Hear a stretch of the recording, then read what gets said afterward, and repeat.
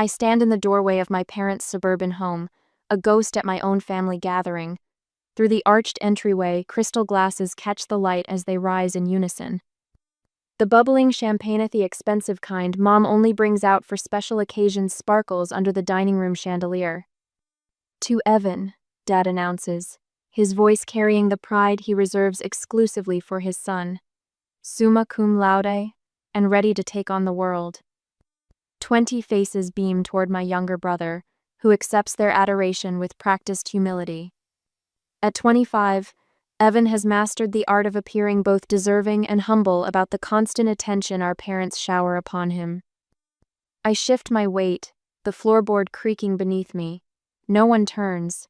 The bookstore logo on my uniform peeks from beneath my jacket, the nicest one I own, and suddenly I'm conscious of how out of place I look. Everyone else wears cocktail attire while I stand here in sensible shoes and the khaki pants I've worn through an 8-hour shift. Dad reaches into his pocket and pulls out a small box wrapped in silver paper. "One more thing, son." Evan tears into it with boyish enthusiasm, and when he lifts the lid, his eyes widen. He pulls out a key fob with a familiar luxury car emblem. "No way." He looks from the keys to our father, mouth open. "You didn't." "It's parked in the driveway," Dad says, clapping him on the shoulder. "You can't show up to interviews in that old clunker anymore." The crowd moves as one toward the front windows, exclaiming over the brand new black SUV parked proudly in the circular drive. I press myself against the wall to avoid being trampled, clutching the small package wrapped in bookstore paper. The book inside, a first edition of Evan's favorite childhood novel, cost 3 days' worth of tips. When the crowd disperses back to their drinks, I finally step into the light. Mom notices me first, her smile faltering before regaining its hostess brightness. "Oh, Kara, when did you get here?" She air kisses near my cheek, careful not to smudge her lipstick. "Everyone, this is our daughter. She works at..." "Where is it again, dear?" "Cornerstone Books." I answer, "the same place I've worked for the past 4 years.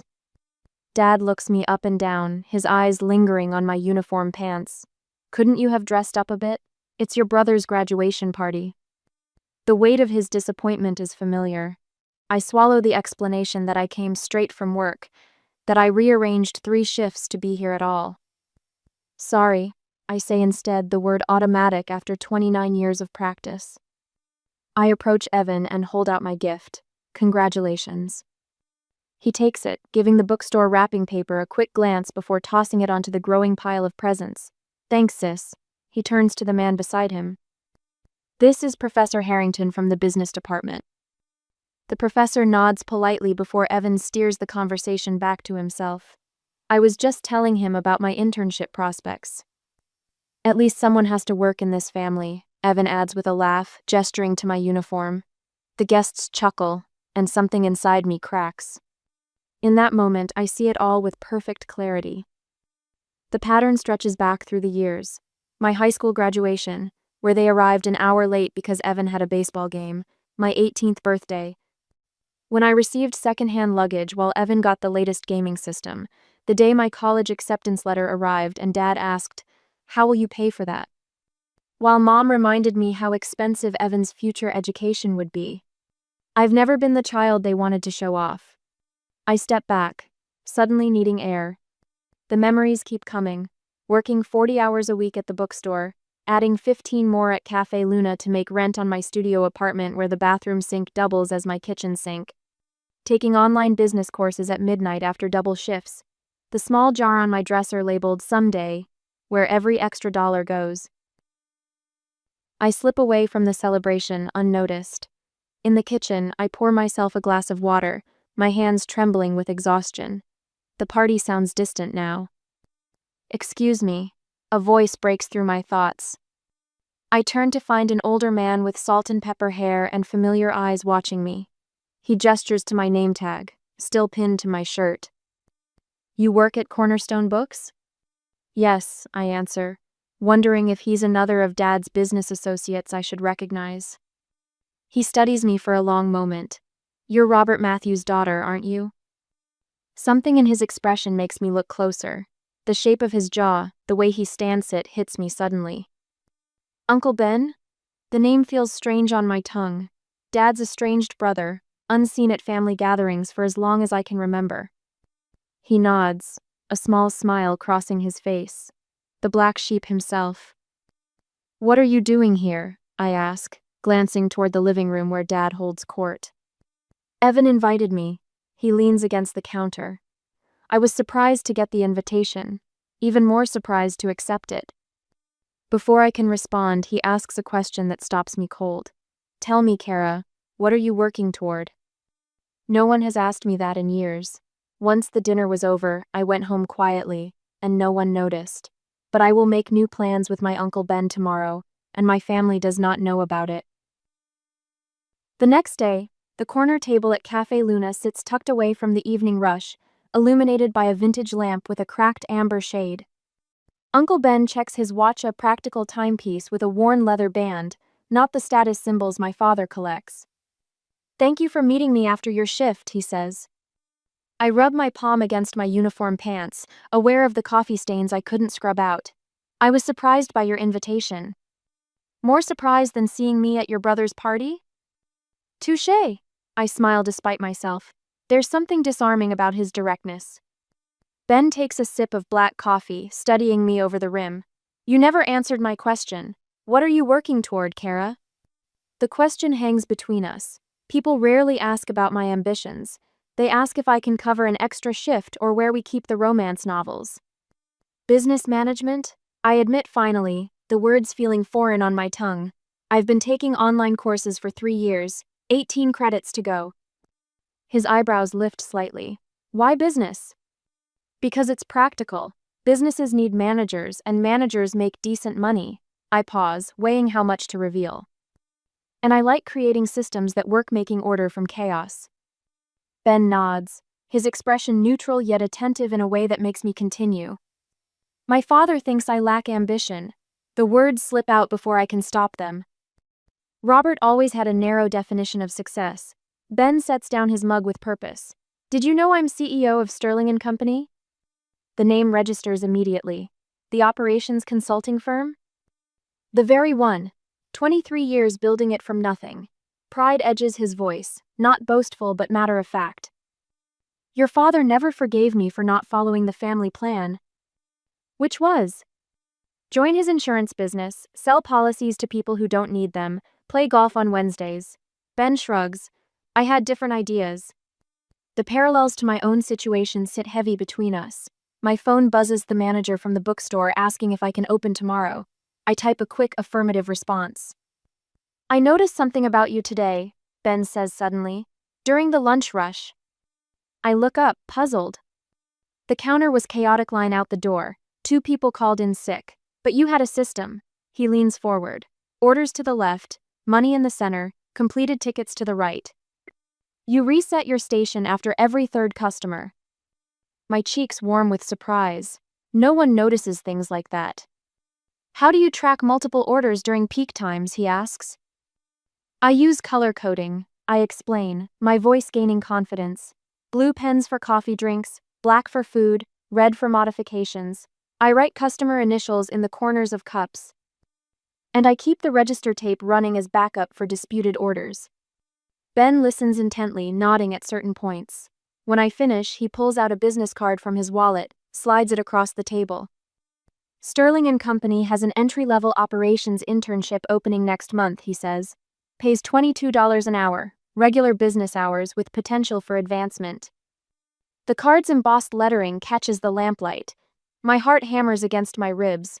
$22 an hour is nearly double what I make at the bookstore. Is this charity because you feel sorry for me? The question comes sharper than intended. Ben's face hardens. This is business. I recognize potential when I see it. I've never worked in an office environment, I counter, anxiety rising. My resume is just retail and food service. You've maintained 2 jobs while pursuing a degree. You've created efficient systems without formal training. You've survived your family. He counts these off on his fingers. Those are transferable skills. My mind races through calculations. 2 weeks' notice at both jobs. New clothes. Transportation costs. The terrifying possibility of failure. It's risky, I murmur. Ben regards me steadily. Your father chose security. I chose possibility. He stands, dropping cash on the table for both our coffees. The application deadline is Friday. Think about it. After he leaves, I sit alone, turning his card over in my fingers. The possibility feels both exhilarating and terrifying. Back in my studio apartment later that day, I stare at my someday jar, quarters and dollars accumulating with glacial slowness. At this rate, I'll have enough for a business wardrobe in approximately never.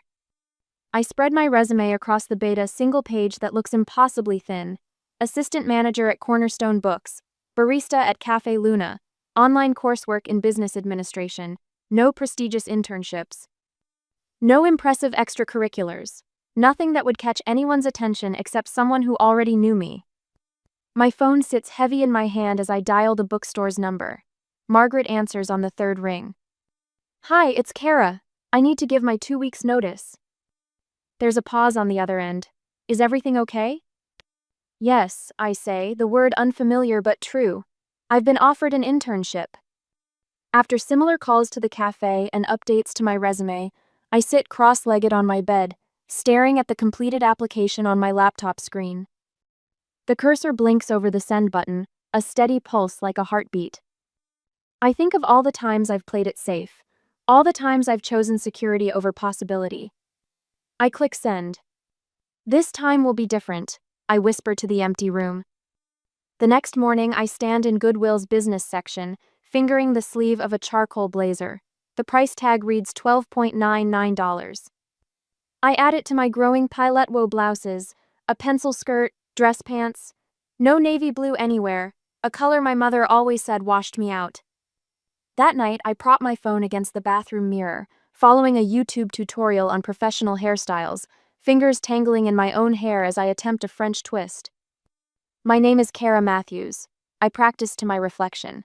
I'm the new operations intern. The words sound false, like I'm playing dress-up. I try again, shoulders back. Kara Matthews, operations. By the time I crawl into bed, the ceiling seems to pulse with my anxiety. Sleep eludes me as I rehearse answers to imaginary interview questions. What if everyone sees through me immediately? What if I'm the joke of the office? At 2:18 a.m., my phone illuminates with a text from a number I don't recognize. Nervous is good, it means you care. See you on Monday, Ben. I press the phone to my chest, breathe deeply, and close my eyes. For the first time in years, exhaustion isn't what pulls me towards sleep, it's possibility. On Monday, the Sterling and Company building stands 42 stories high, a monument of glass and steel that seems to pierce the clouds. I grip my second-hand briefcase tighter, its worn leather soft against my palm. The revolving door spins ahead, disgorging men and women in tailored suits who move with purpose and confidence. I check my watch, 7:25 a.m., 35 minutes early. Just another workplace, I whisper to myself, but the words ring hollow. Inside, the marble lobby gleams under recessed lighting. A security guard checks my ID, hands me a visitor badge, and points me toward a bank of elevators. Floor 28, he says. Operations. The elevator is crowded with people who smell of expensive cologne and coffee. I press myself into the corner, conscious of my department store blazer and the small scuff on my right shoe I couldn't buff out. First day? I turn to find a woman in her 50s beside me, her silver-streaked hair cut in a precise bob. Her eyes, sharp behind tortoiseshell glasses, take my measure. Yes, I manage. Operations internship. Diane Keller, operations manager. She doesn't offer her hand, just a slight nod. You're early. I wanted to get situated before orientation. Something flickers across her face, approval perhaps. You're Kara Matthews, Ben's niece. My stomach tightens. Of course everyone knows. Yes, but... Be in my office at 11:15. After orientation. The elevator stops and she steps out. Don't be late. The intern orientation passes in a blur of corporate jargon and paperwork. 8 of us sit in a conference room while Human Resources explains benefits we don't qualify for, and a company history I've already memorized. I take notes anyway, my hand cramping around my pen. The other interns exchange stories during a coffee break. Harvard, Stanford, Wharton, their voices overlap as they discover mutual connections and summer homes. The confident handshakes, the casual mentions of family businesses. I stand apart, clutching a paper cup of mediocre coffee, suddenly aware that my online business courses might as well be from another planet. Matthews? A thin man with wire-rimmed glasses consults his clipboard. Diane's waiting. I follow him through a maze of cubicles to a glass-walled office where Diane sits reviewing documents. She gestures to a chair without looking up.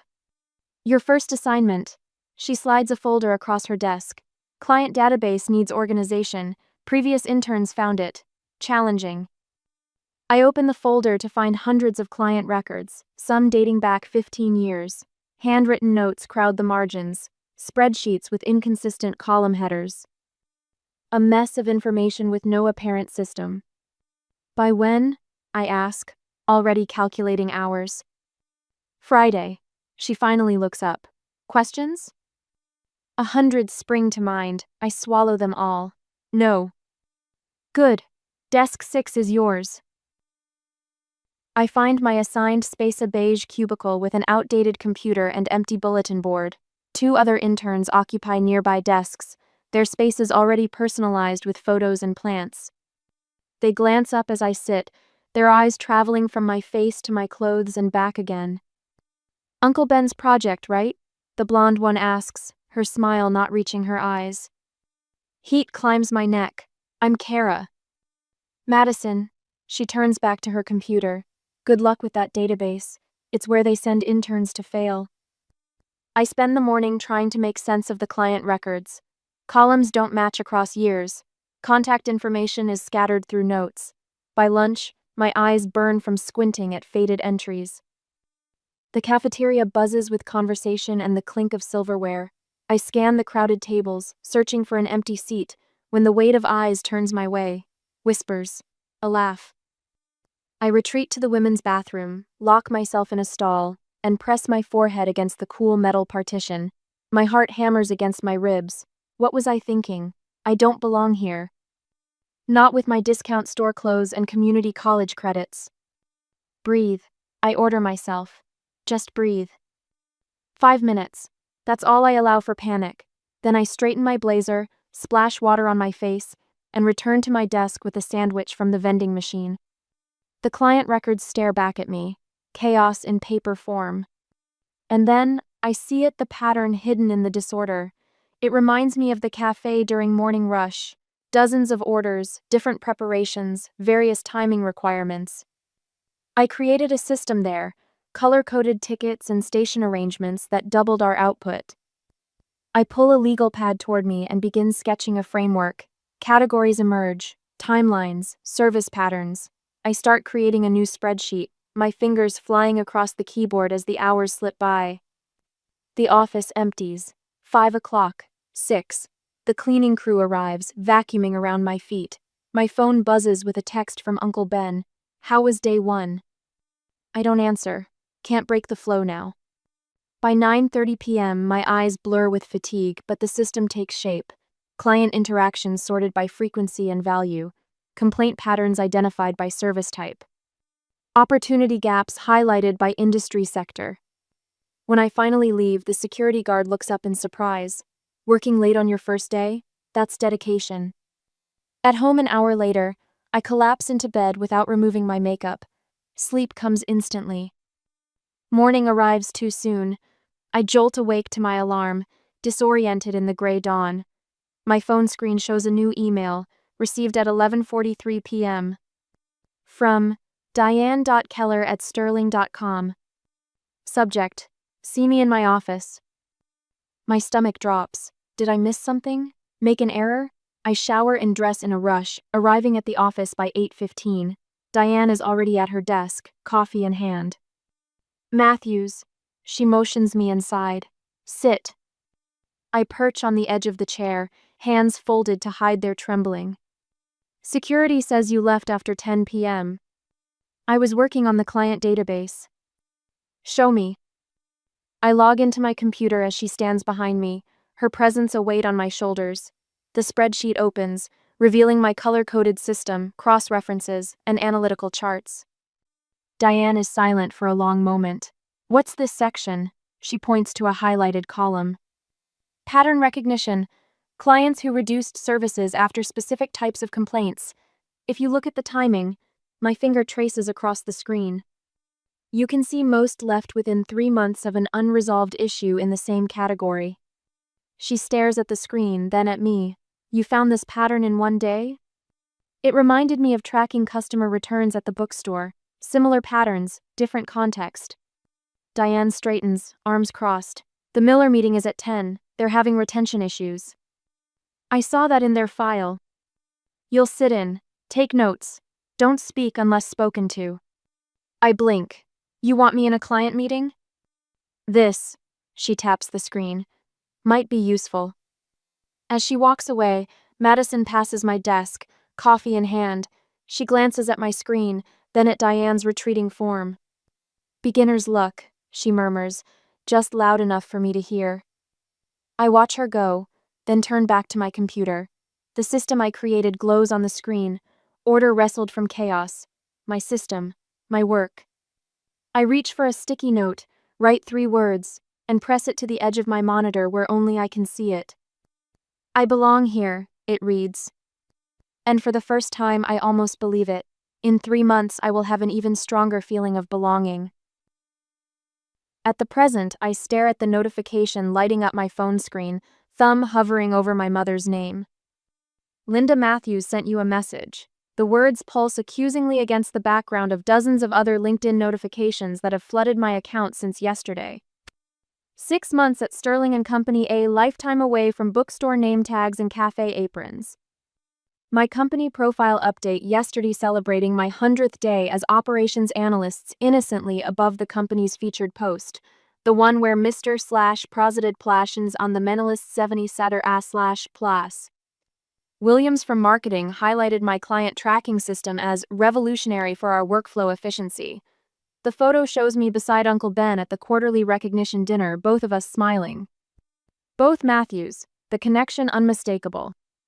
17 connection requests, 23 congratulatory messages, and 3 missed calls from my father within the last hour. I tap my mother's message open. Sweetheart, we've always been so proud of you. Would love to hear all about your new position. It's been too long since we've seen you. The words blur slightly.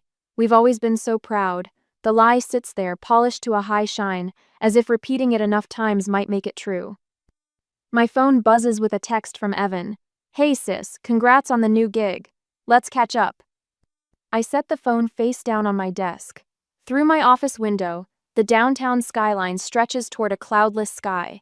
My reflection in the glass looks different than it did 6 months ago, shoulders back.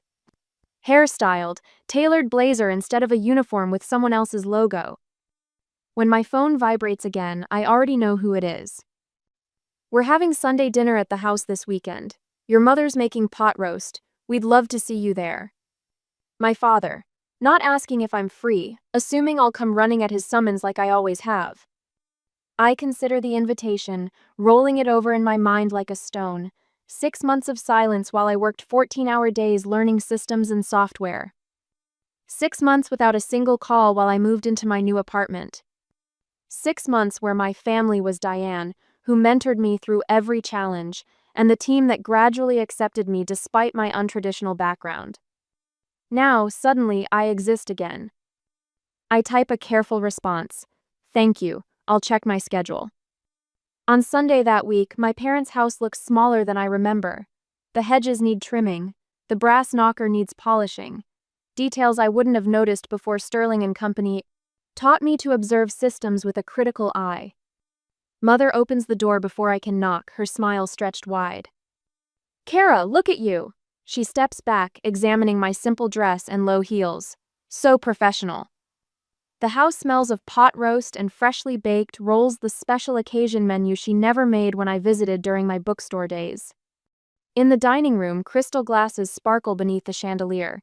The good china gleams on placemats I've never seen before. My father rises from his chair, adjusting his tie. There she is, he says, as if we've been separated by circumstance rather than choice. Our corporate success story. My brother lounges against the sideboard, scrolling through his phone. He glances up, flashing the same practice smile he used at his graduation party. The prodigal sister returns. Hardly prodigal, I say, setting my purse on the entryway table. I've been working. Mother bustles to the kitchen, calling over her shoulder.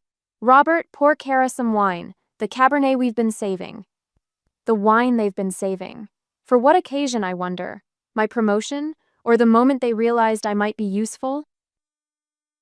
Dinner progresses through carefully choreographed pleasantries. Mother asks surface questions about my apartment. Father inquires about Sterling and Company's client base, his interest suddenly awakened. Neither mentions the 6 months of silence. Kara, my father says as mother serves dessert, your brother has been developing a student finance app. Very innovative, perfect for today's college market. Evan leans forward, eager. It helps students track expenses, financial aid, scholarship applications. I've been working on it for months. I nod, taking a small bite of apple crisp. Sounds interesting. The thing is, Father continues, setting down his fork with deliberate care, he needs some guidance on the business side, someone with connections in the industry. Mother places a family photo album on the table, flipping it open. We were just looking at these old pictures yesterday. Remember Evan's science fair project in 10th grade? First place. The album is filled with Evan's achievements, football trophies, academic awards, graduation photos, not a single image of my community college ceremony where I sat alone in a sea of strangers. I couldn't find your graduation photos, Mother says, noticing my expression. You were always so independent. I guess we didn't take many. Maybe, Evan interjects, sliding his phone toward me. You could introduce me to Uncle Ben? Just a casual meetup. I'd love his perspective on my app. The real agenda surfaces, finally breaking through the thin veneer of family concern. Not my life, not my achievements, not even genuine reconciliation. Just access. To Ben, to Sterling and Company, to the connections they believe I can provide. I set my fork down carefully, folding my napkin with precision. The movements center me, reminiscent of how I organize my workspace before tackling complex problems. It's interesting to hear from everyone after so long, I say, my voice quiet but firm. Father shifts uncomfortably in his chair, recognizing the directness in my gazia look I never dared give him before. I don't mix family and business, I say, standing smoothly. Thank you for dinner. I have an early meeting tomorrow. The silence stretches between us, taut and revealing. For the first time in 29 years, I'm not the one who looks away first. Next week at the office, my phone buzzes for the 3rd time this morning. Evan's name flashes on the screen, accompanied by the same message as yesterday and the day before. Just need 10 mins with Uncle Ben, that's all I'm asking. I slide the phone face down on my desk at Sterling and Company and return to the quarterly reports. The numbers swim before my eyes as another notification pinks a voicemail from Mom this time. I wait until lunch to listen. Kara, honey, family supports each other, that's what we've always done. Her voice carries that familiar guilt-inducing tone. Your brother has worked so hard on this app idea. The least you could do is make an introduction. The least I could do, as if I owe them something after years of being overlooked. I delete the voicemail and unwrap my sandwich when Diane knocks on my office doorframe. Someone's been calling for you at the front desk. She leans against the door, her silver-framed glasses catching the light. Claims to be your father. 3rd time this week. A knot forms in my stomach. Did he leave a message? Just that it's family business. She makes air quotes with her fingers. Should I tell reception to block him? I take a deep breath. No, I'll handle it. After she leaves, I send a message to my father that I have a meeting and tell him to go back home. As I open my email, I find exactly what I expected. Evan has forwarded his business plan with a note. Can you send this to Uncle Ben? Dad says you should add a personal recommendation. Dad says, of course. The final straw arrives in the afternoon mail-in embossed invitation to Evan's birthday celebration. At the bottom, in Mom's handwriting, Uncle Ben welcome too. I crumple the invitation and toss it toward the trash. It bounces off the rim and lands on the floor, mocking me. The day has passed in meetings and team building, so I finally went home at night. They've never once asked how I'm doing at work. I tell Diane over coffee the next morning. We sit in the small cafe across from the office, early enough that the morning rush hasn't started. Not once, but suddenly they're interested in every detail of my relationship with Ben. Diane stirs her coffee slowly. At 56, she carries herself with the confidence of someone who stopped apologizing for taking up space decades ago. My brother tried something similar when I made partner at my old firm, she says. Suddenly wanted me to review his contracts, introduce him to clients. What did you do? I told him my professional relationships weren't family assets. She takes a sip. He didn't speak to me for a year. And now? Now he respects my boundaries. She shrugs. Sometimes family needs to learn you're not the same person they decided you were when you were 12. Later that afternoon, I knock on Ben's office door. He waves me in without looking up from his computer. The Westlake proposal looks good, he says. But their timeline is, he glances up. This isn't about Westlake, is it? I shake my head. My family. He sighs, removes his reading glasses. They've contacted me directly, you know. Your father called yesterday. Evan sent a LinkedIn request. I'm sorry, I start, but he holds up a hand. Don't apologize for them, not your job. He studies me for a moment. What do you need from me? The question catches me off guard. No one in my family has ever asked me that. I need to know how to handle this without burning bridges I might want to cross someday. Ben nods. Boundaries aren't walls, Kara. They're property lines. They show where you end and others begin. By the time I return to my desk, I've made a decision. That evening, Sarah from accounting shares her story of keeping her marriage separate from her family business. The next day, Jason from IT describes establishing professional boundaries with his well-connected cousin. I'm building a different kind of family here, I realize, one based on mutual respect rather than obligation. That same day, the email takes me 3 hours to write, though it's only 4 paragraphs long. I read it aloud to make sure every word carries exactly the weight I intend. I've noticed the sudden interest in my professional life coincides with discovering my connection to Uncle Ben. While I understand Evan is excited about his app idea, I need to be clear. I will not use my professional relationships as family currency. I've spent months building my reputation at Sterling and Company through hard work and dedication. That reputation is not something I'm willing to compromise. If we want to rebuild our family relationships, I suggest starting with getting to know each other as we are now, not as you need me to be. Perhaps Sunday dinners without business discussions would be a place to begin. Respect is earned in both directions. I'm willing to work on our relationship, but not at the expense of my professional integrity. I hit send before I can second-guess myself. On the evening of Evan's birthday celebration, I sit across from Uncle Ben at Lorenzo's, his favorite Italian restaurant downtown. Your father will be furious, Ben says, twirling pasta around his fork. I sent a gift. I take a sip of water. They'll survive without me. You know, your father and I stopped speaking because I wouldn't give him money for a business he wasn't willing to work for. Ben sets down his fork. He wanted success handed to him. When I suggested he start smaller and build something himself, he accused me of betrayal. The parallel to my current situation with Evan is unmistakable. Is that why you gave me a chance? I ask. Because I remind you of yourself? Ben shakes his head. I gave you a chance because you're nothing like either of us. Robert wanted shortcuts. I was too stubborn to compromise. You just quietly built your own ladder while no one was watching. The next morning, I send Evan another birthday gift book on entrepreneurship with a note. Success comes from hard work, not connections. That afternoon, I post photos of the mentoring session I've started for young professionals at Sterling and Company within hours. My phone lights up with a text from Mom. We miss you. I type back, I'm building my life now. Later, Dad's name appears on my ringing phone. I watch until it stops, the notification for a voicemail replacing it. We need to talk. For the first time, I don't feel compelled to answer immediately. My time, like my boundaries, has value, and I'm no longer willing to give either away for free. And in another 6 months, I'll be even stronger. I stand on my apartment balcony, watching the city lights flicker on as dusk settles. The contrast strikes me only a year ago. I would have been rushing between jobs, legs aching, counting tips in my head. Tonight, I breathe. Just breathe.